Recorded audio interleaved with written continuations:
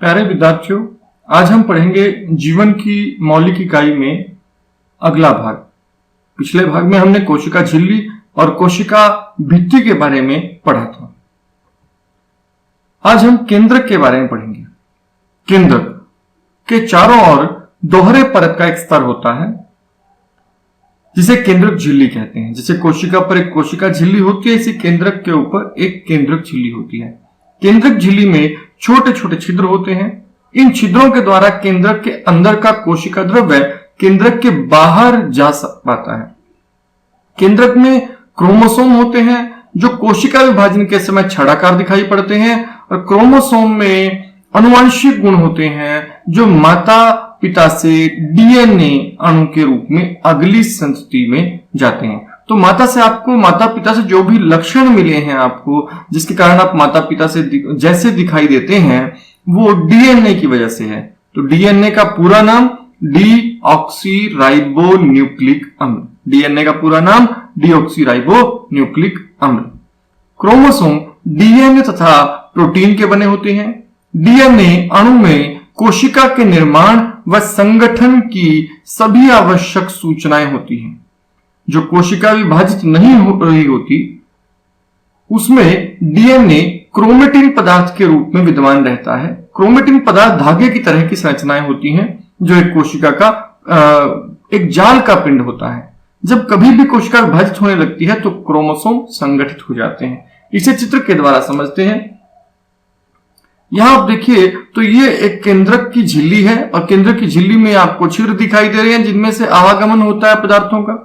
उसके बाद यहां आप धागे जैसी संरचना केंद्रक के अंदर देख रहे हैं। ये जो धागे जैसी संरचना है इसे हम कहते हैं क्रोमेटिन जाल।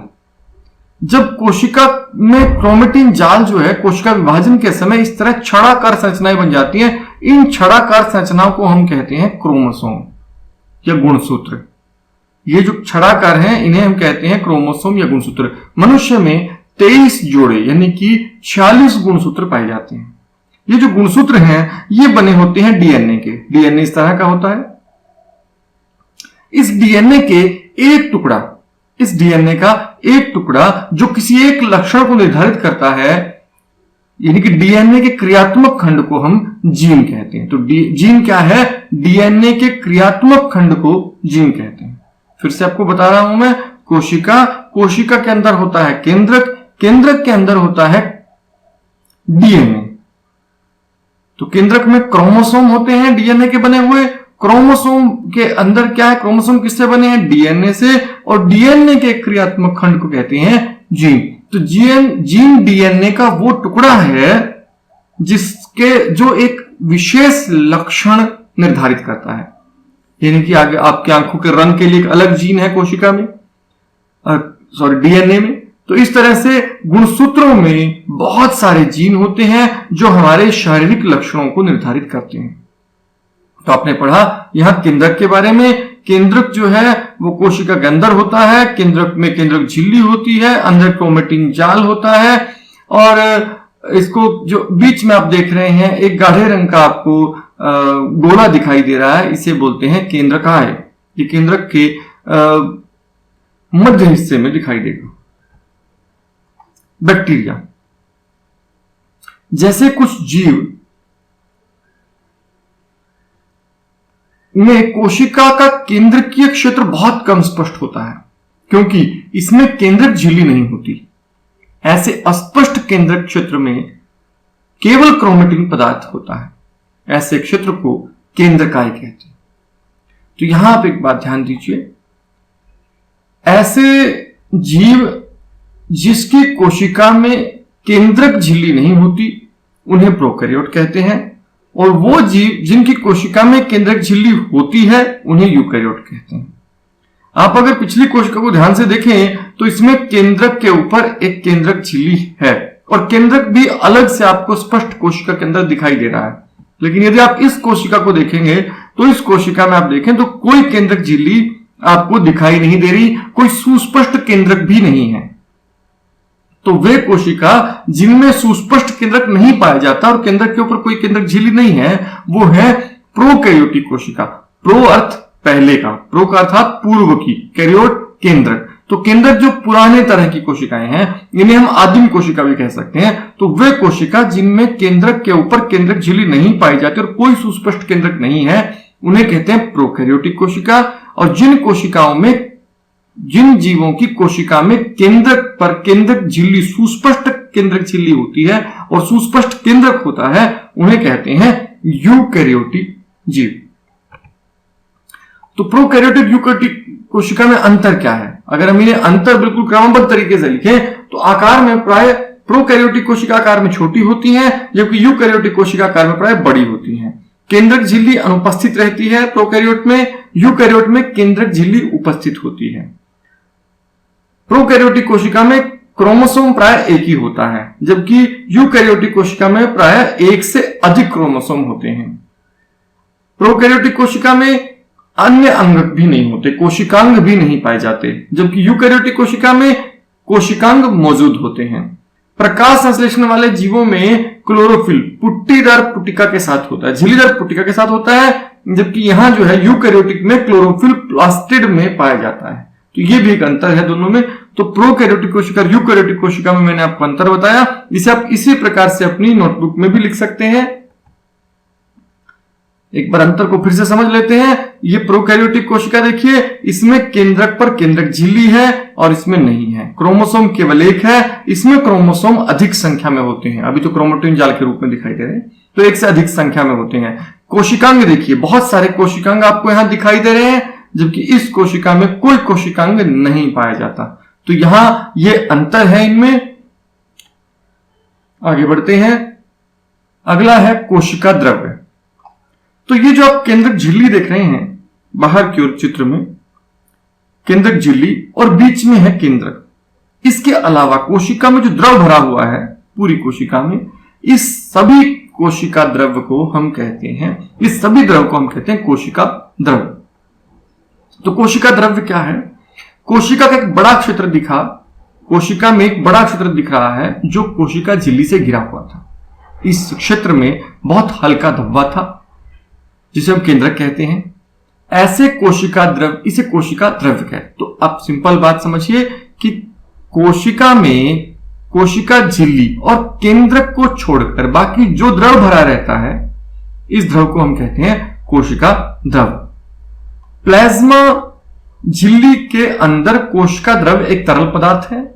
इसमें बहुत से विशिष्ट कोशिका के घटक होते हैं जिन्हें कोशिका का अंग कहते हैं। तो सभी कोशिकांग इसी कोशिका द्रव में पाए जाते हैं।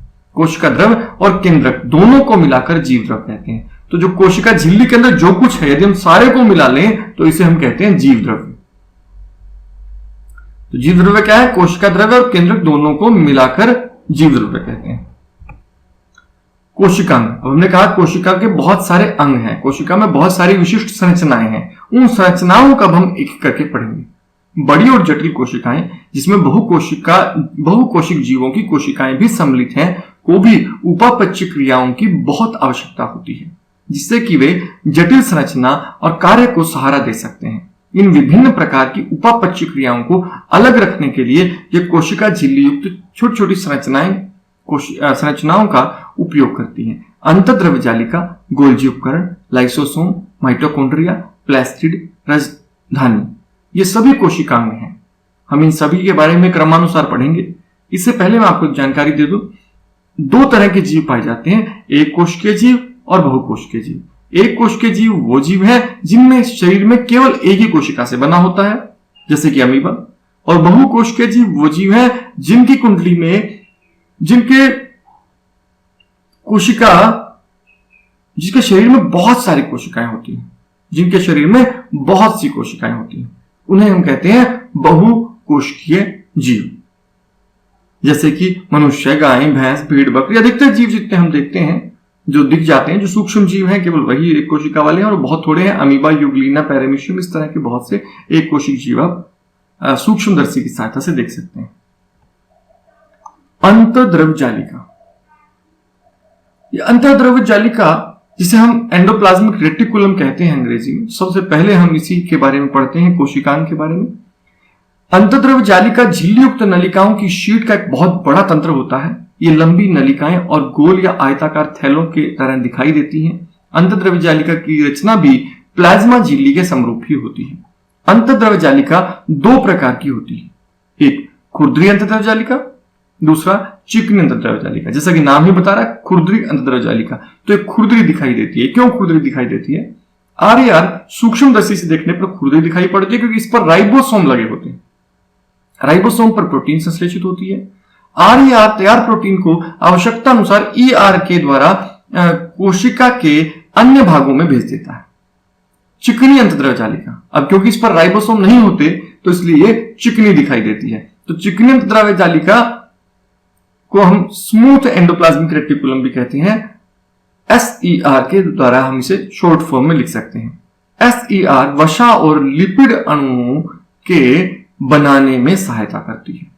तो ये तो प्रोटीन के संश्लेषण में राइबोसोम बनाते हैं, राइबोसोम प्रोटीन का संश्लेषण करते हैं, और RER तैयार प्रोटीन को आवश्यकता अनुसार ER द्वारा कोशिका के अन्य भागों में भेज देती है। तो RER कार्य क्या है? ये प्रोटीन को विभिन्न भागों में भेजती है कोशिका के ER द्वारा, यानी कि अंतःद्रव्य जालिका द्वारा, जबकि चिकनी अंतःद्रव्य जालिका करती है वसा और लिपिड के अणुओं को बनाने में सहायता करती है। आप यहां चित्र में समझ लें। चित्र में आप ये देखिएगा, यहां जो आपको अंतःद्रव्य जालिका दिखाई दे रही है, इसके ऊपर आपको राइबोसोम्स दिखाई दे रहे हैं, तो देखने में खुरदरी प्रतीत हो रही है, तो ये है खुरदरी अंतःद्रव्य जालिका। जबकि यहाँ की कुछ अंतःद्रव्य जालिका को यदि आप देखें तो ये इसके ऊपर कोई राइबोसोम नहीं है, यहाँ इसके ऊपर कोई राइबोसोम नहीं है। ये अंतःद्रव्य जालिका जिसके ऊपर कोई राइबोसोम नहीं है, इसे हम कहते हैं चिकनी अंतःद्रव्य जालिका। जैसे यहां भी आप देख सकते हैं इसके ऊपर कोई राइबोसोम नहीं है, जबकि इनके ऊपर राइबोसोम चिपका हुआ है। जिनके ऊपर राइबोसोम है उन्हें हम कहेंगे खुरदरी अंतःद्रव्य जालिका, और जहां राइबोसोम नहीं है वह चिकनी दिखाई दे रही है, इसलिए उसे कहेंगे चिकनी अंतःद्रव्य जालिका। अब हम अंतःद्रव्य जालिका का कार्य पढ़ लेते हैं। यह कोशिका द्रव्य और केंद्रक के मध्य जालिका तंत्र का निर्माण करती है। केंद्रक और कोशिका द्रव्य को आपस में जोड़ती है। यह कोशिका द्रव्य और केंद्रक के मध्य प्रोटीन के परिवहन के लिए नलिका का कार्य करती है। दोनों के बीच प्रोटीन के परिवहन का भी काम करती है। ER कुछ जैव रासायनिक क्रियाओं के लिए, अंतःद्रव्य जालिका कुछ जैव रासायनिक क्रियाओं के लिए कोशिका द्रव्य ढांचे का कार्य करती है। SER वसा और लिपिड, चिकनी अंतःद्रव्य जालिका वसा और लिपिड के बनने में सहायता करती है। और यकृत कोशिकाओं में SER, यकृत यानी कि जिसे आप लीवर भी कहते हैं, तो यकृत कोशिकाओं में SER चिकनी अंतःद्रव्य जालिका वसा और दवाओं के विषाक्तन प्रभाव के विषैले प्रभाव को कम करना या निराविषीकरण करने में महत्वपूर्ण भूमिका निभाती है। तो जो विष का निराविषीकरण करती है, विष के प्रभाव को निरस्त करती है, खत्म कर देती है, वो करती है यकृत कोशिकाओं में SER यानी कि चिकनी अंतःद्रव्य जालिका। तो ये था अंतःद्रव्य जालिका के कार्य। अब हम अगले कोशिकांग पर बढ़ते हैं। तो अगले कोशिकांग के लिए वीडियो के अगले भाग को देखिएगा। तब तक के लिए YouTube चैनल जरूर सब्सक्राइब कर ले ताकि आपको आने वाली वीडियो का जल्दी पता चलता रहे।